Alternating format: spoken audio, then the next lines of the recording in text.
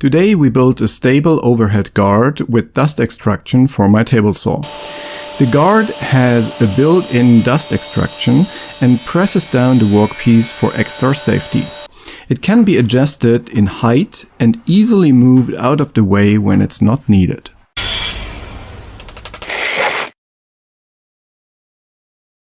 The guard and dust extraction on my table saw is attached to the riving knife, which makes hidden cuts quite cumbersome. The manufacturer of my table saw offers an overhead guard. However, it costs $1,000. I think I can build that at a lower price. My building process starts with a thick flat steel bar. I drilled holes for 2 M16 bolts so that I can attach the steel bar to the table saw. This steel will hold an upright square steel tube to hold the guard over the table.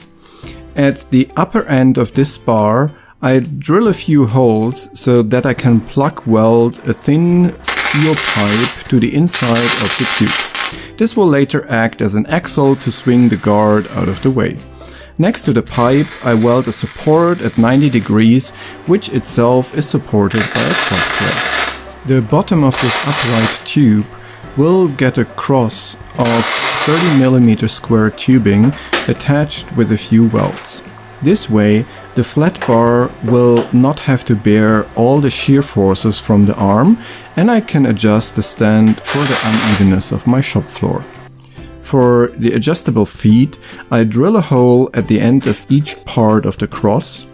The lower hole gets tapped with an M8 tap, while I open the upper hole to 10mm. With a few machine screws, I can compensate for the uneven shop floor and any warping due to my poor welding skills. Building the arm itself is relatively straightforward. I drill a hole at the end of a steel tube. Next, I fit a steel pipe in that hole with an inner diameter slightly larger than the outer diameter of the first pipe and weld it in place. With another piece of square tubing welded at a 90-degree angle to the first one, the arm is complete and can be test fitted. While holding the arm 90 degrees to the upright post, I drill an 8mm hole through the arm and start drilling into the support. Using this mark as a starting point, I drill and tap a M8 hole and screw the arm with the hand knob to the support.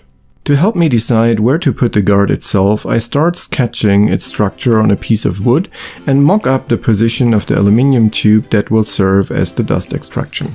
I ensure the right amount of play with a few shims and weld a channel to hold the aluminium tube to the overhead arm. By drilling a few holes in the front plate of the channel, I can mount a toggle clamp to hold the tube in place and allow for easy height adjustment. As the toggle clamp is not designed to clamp pieces lower than the mounting surface, I print an alternative cup on my 3D printer. For the guard, I glue pine scrap pieces together. Their size is a bit bigger than the parts I need for the guard. After the glue is dried, I use my highly professional sketch of the table saw blade to sketch the rough shape of the guard. For the handle, I trace the handle of my saw. I cut the wooden pieces on the bandsaw. On the table saw, I remove the middle piece of wood to make place for 2 inliner wheels that will help to press the workpiece against the table. While putting the pieces next to the aluminium tube, I trace the shape on a sheet of acrylic and cut it out on the bandsaw. Next, I put again everything in place and mark holes for bolts that hold the guard together. The aluminium tube is cut to shape and gets a few M5 holes in order to connect the guard and the tube. Lastly, I use my 3D printer to print an adapter that fits at the end of the aluminium tube and connects to an 80mm hose. After a bit of sanding and some paint, the build is done. Let me show you the features of the arm. Especially for thin stock, the wheels help to hold workpieces to the table. The height is easy to adjust with the toggle clamp, and the guard can be moved out of the way for hidden cuts. As the table saw is actually a combination of a table saw and a shaper, the swinging arm makes it easy to move the guard out of the way when I want to use the shaper.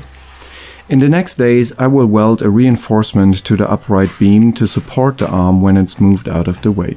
All in all, this setup has greatly improved the overall ease of use of the table saw. What I liked about the build was the combination of metalworking, woodworking and 3D printing. If you're interested in these topics, please subscribe to my channel.